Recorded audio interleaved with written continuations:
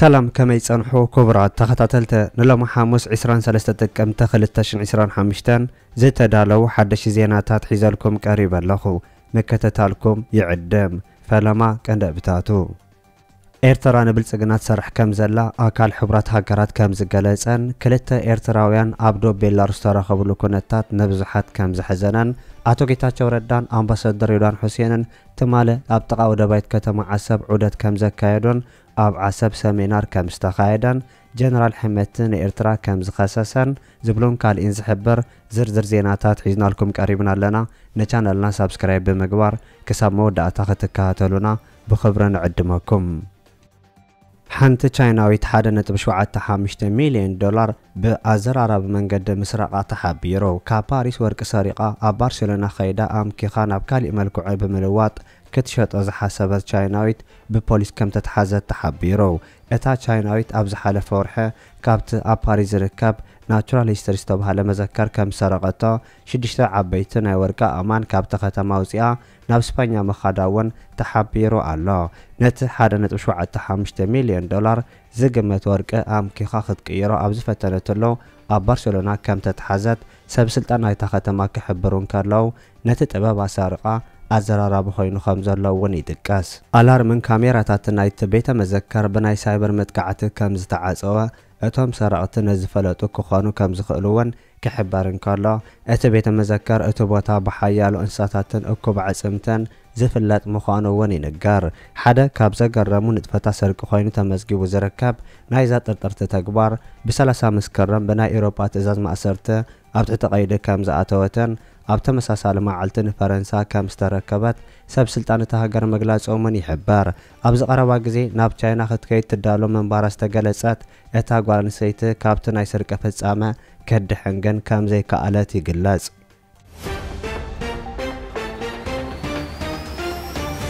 ግብጽ ወታደራታ ኣብ ሶማሊያ ከተዋፍር ምዃና ፍሊጣ ድሕረት ኣመንጎ ግብጽን ሶማልን ዝተኻየደ ሓበራዊ ርክባት ናይ ክልተን ሃገራት ሚኒስትር ወጻኢ ጉዳያት ኣብ ወሳነ መዳያት መስመሙዓም ተገሊጹ ግብጽ ኣብ ሶማሊያ ከተዋፍሮም ዝመደበቶም ወታደራት ናብታ ሃገር ከተብጽሖም ኣብ መድላው ከም ዘላ ክሕብር እንከሎ እቲ መደብ ቀድሞ 5 ኣዋርሕ ዝተኸተመ ምዃኑ እውን ይነገር እዩ ግብጽ ኣብ ሶማሊያ ወታደራታ ከተዋፍር ዝወሰነትሉ ምኽንያት ድሕረት ሕብረት ኤውሮጳ ዘውጽኦ ሶማሊያ ናይ ምርግጋእ መደብ ምዃኑ ክገልጽ እንከሎ ኣመንጎ ግብጽን ኢትዮጵያን ዘሎ ወጥረ ሓይሊ ንምርካብ ዝካየድ ዘሎ ናይ ምዕስካር መደብ ምዃኑ ዝገልጹ ምህላውን ብተወሳኺ ይሕበር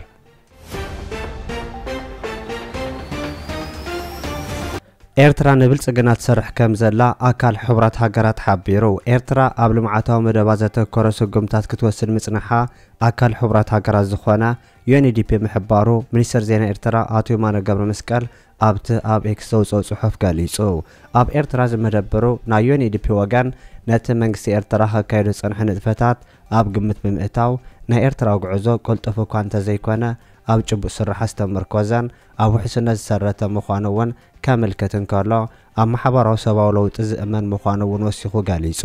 ሓያል መትከል ዞንን መሪሕነት ዝመርሖ ምዃኑ ዝተገለጸ ናይ ኤርትራ ንጥፈታት ኣብ ለውጢ ሕብረተሰብ ምስራሕ ርያታትን ዲጋታትን ልዑል ተራ ከም ዘለዎ ዝሕብር እቲ መግለጺ ኣብ ናይ ክሊማ ለውጢ ተበግሶታት እውን ወሳኒ ተራ ከም ጸንሖ ይሕብር እቲ ናይ ሕብራት ሃገራት ክፋል ኣብ ኤርትራ ድልድል መሰረት ከም ዘለዎ ዝሓበረ ክኸውን እንከሎ ነቲ ኣብ ውሽጢ ሃገር ዝካየድ ንጥፈታት ከም ዝድግፍ ክሰርሕ ወንድሉ ከም ዘሎ ብፍላይ ኣብ ናይ ደቂ ኣንስትዮ መንእሰያት ንጥፈታት ብዕቱብ ክሰርሕ ከም ዝኽእል ገሊጹ ኣሎ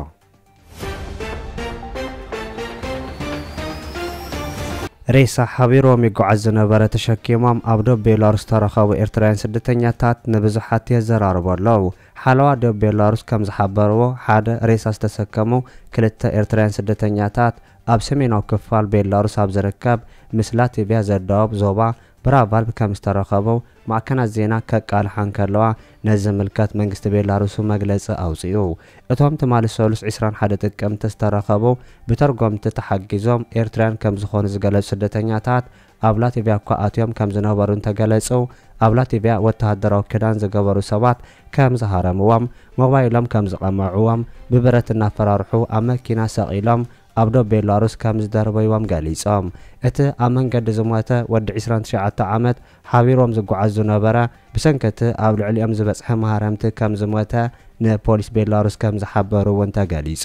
መርመርቲ ኣብታ ኣብ ዶብ ላትቪያ ትርከብ ዞባ ብራቨል እቶም ተሸኪሞሞ ዝነበሩ መጓዓዝቶም ከም ዝሞተ ዘረጋገጹ ኮይኖም እቶም ክልተ ኤርትራውያን ስደተኛታት ዘድሊ ሕክምናዊ ሓገዝ ናብ ዝረኽብሉ ሆስፒታል ከም ዝተወሰዱ እውን ገሊጾም ኣለዉ። ብዘይካዚ ተወሳኺ ምርመራ ንምክያድ ኮሚቴ ክፍሊ ዞባ ብራቨል ነቲ ሬሳ የመርምሮ ከም ዘሎ እውን ገሊጹ ኣሎ።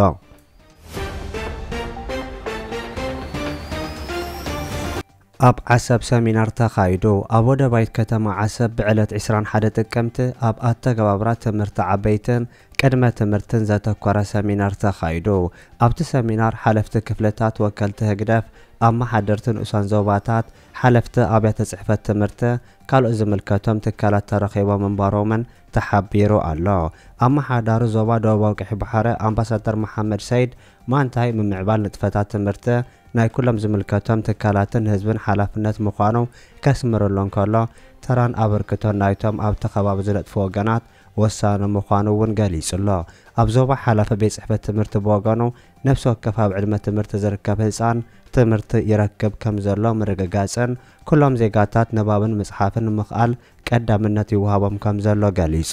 ኣብቲ ኣጋጣሚ ኣብ መዳያት ትምህርቲ ዓበይትን ቅድመ ትምህርትን ዝካየድ ንጥፈታት ብዝምልከት ዝርዝር መግለፂ ዝተውሃበ ኮይኑ ዝተመዝገቡ ዓወታትን ዘጋጠሙ ብድሆታትን ምግልሖምን ይግለጽ። ኣብዚ እዋን ንኣስታት 2200 ህፃናት ንጡፍ ኣገልግሎት ዝህባ 76 ቅድመ ትምህርቲ ከም ዘለዋ ጸብጻብ ናይቲ ዞባ ምግላጹ እውን ክሕበር እንከሎ ተሳተፍቲ ኣብቲ ዝቐረበ ጸብጻብ ሰፊሕ ዘተ ብምክያድ ዝተፈላለዩ ለባዋታት ምጽዳቖምን ብተወሳኺ ክፍለጥ ተኻኢሉ ኣሎ።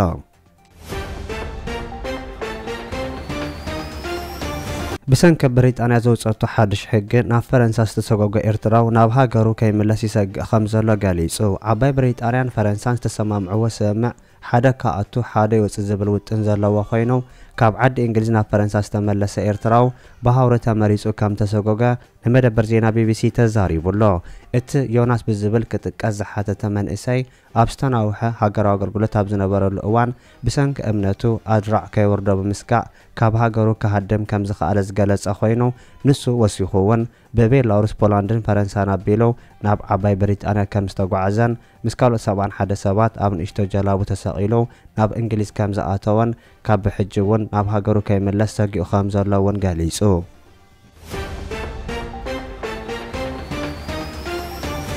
ጀነራል ሕመቲ ኤርትራ ተሃርመና ኣላ ክብል ከሲሱ። ኣብ ምዕራብን ሰሜንን ሱዳን ኩናት ምስ ሓይልታት ሰራዊት ሱዳን ይካየድ ከም ዘሎ ዝገልጽ ናይ RSF ኣዛዚ መሐመድ ሓምዳን ዳግሎ ወይከዓ ሕመቲ ኤርትራ ኣብ ጎኒ ሰራዊት ሱዳን ኮይና ተጥቅዖም ከም ዘላ ብምግላጽ ከሲሱ። ጀነራል ሕመቲ ነዚ ዘቕረበ ሰራዊት ሱዳን ኣብቲ ኣብ ኤልፋሽር ዝካየድ ዘሎ ውግኣት ላዕለዋ ኢድ ድሕሪ መሓዙ ምዃኑ ዝሕብሩ ጸብጻባት ኣብቲ ኩናት ኢድ ሰራዊት ኤርትራ ምንባሩ ጠቒሱ ኣሎ። ኤርትራ ነቲ ናይ ሰራዊት ሱዳን ሓይሊ ናይ ውግእ ነፈርትን ድሮናትን ከይተረፈ ከም ትሕግዞ ክገልጽ እንከሎ ሰራዊት ሱዳን ብዘይ ናይ ኤርትራ ኣጽዋራት ክሰርሕ ከም ዘይክእል እውን ገሊጹ ኣሎ። ናይ ኤርትራ ኣዘዝቲ ሰራዊት ኣብ ፖርት ሱዳን ብምዃን ነቲ ኣብ ምዕራብ ሱዳን ዝካየድ ዘሎ ኩናት ይመርሕዎ ከም ዘሎ እውን ከም ዝኸሰስ ዝጥቀስ እቲ ጀነራል ንሓይልታት ኤርትራ ምጥንቃቑ ተጠቒሱ። ቅድሚ 3 ኣዋርሕ እውን እንተኾነ ሰራዊት ሱዳን ናይ ኤርትራ ሓገዝ ከም ዘዕወቶ ዝጠቐሰ ጀነራል ሕመቲ ሕጂ እውን ናይ ኤርትራ ደገፍ ወሳኒ ቦታ ሒዙ ከም ዘሎ ወሲኹ ገሊጹ።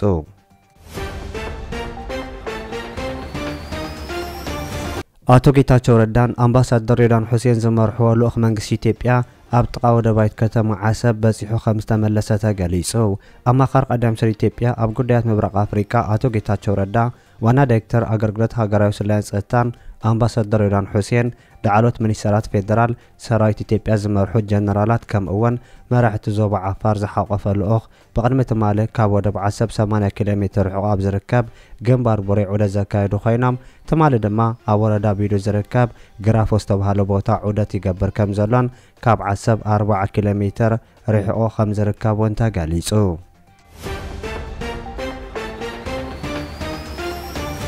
ወተሃደራዊ ተዓሊም ኣብ ትግራይ ክቐጽል ኣዛዚ ኣርማ 17 ኮሎኔል ታደሰ ገብረ ማርያም ወዲ ኣዛል ገሊጹ። ካብ ጸልአ ንምክልኻል ክፍጸም ዝግባእ ወተሃደራዊ ተዓሊም ምዃኑ ኣብ ክልል ትግራይ ናይ ኣርማ 17 ኣዛዚ ኮሎኔል ታደሰ ገብረ ማርያም ወይ ከዓ ወዲ ኣዛል ምግላጹ ተሓቢሩ።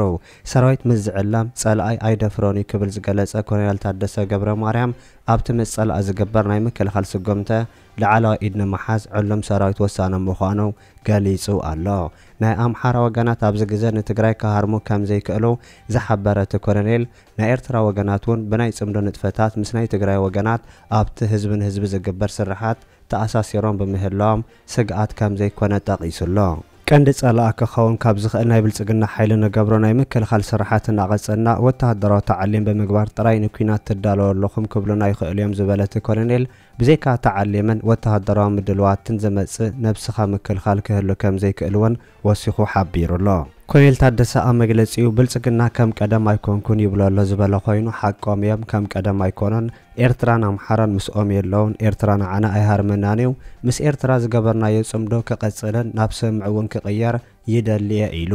አብሩሲው በቴክኖሎጂ በከበድ ተብረታት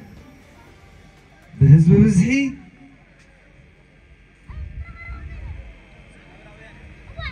ክሩጀክብና አይብለሎ አይኑዳ አናት ምሰብ አይንገው يفتو يسلو كم قدم يكون كم تحالفه 2013 ايكوننا لوم نسمون كم ترايشعو ايكونو تبتاتي ነው يوم كلن كلات بالا حبيرهم مصيمنا لوم كلن كلات بالا حبيرن كمص ايفلا بحده بت ننبعلم ابوغلو امحرا كورك مصنا ايخل نقدم أبعد زولك عرق خلالوت حدا مس إرتراز نورم عركنة تبتيسيو إرترا بزي مسنا عنا خاتو أي خيلن قداس صمد بزبل زغون حساب حزب أبزقبر ركب هذا درجة بس يحلو مستقرأ ذكره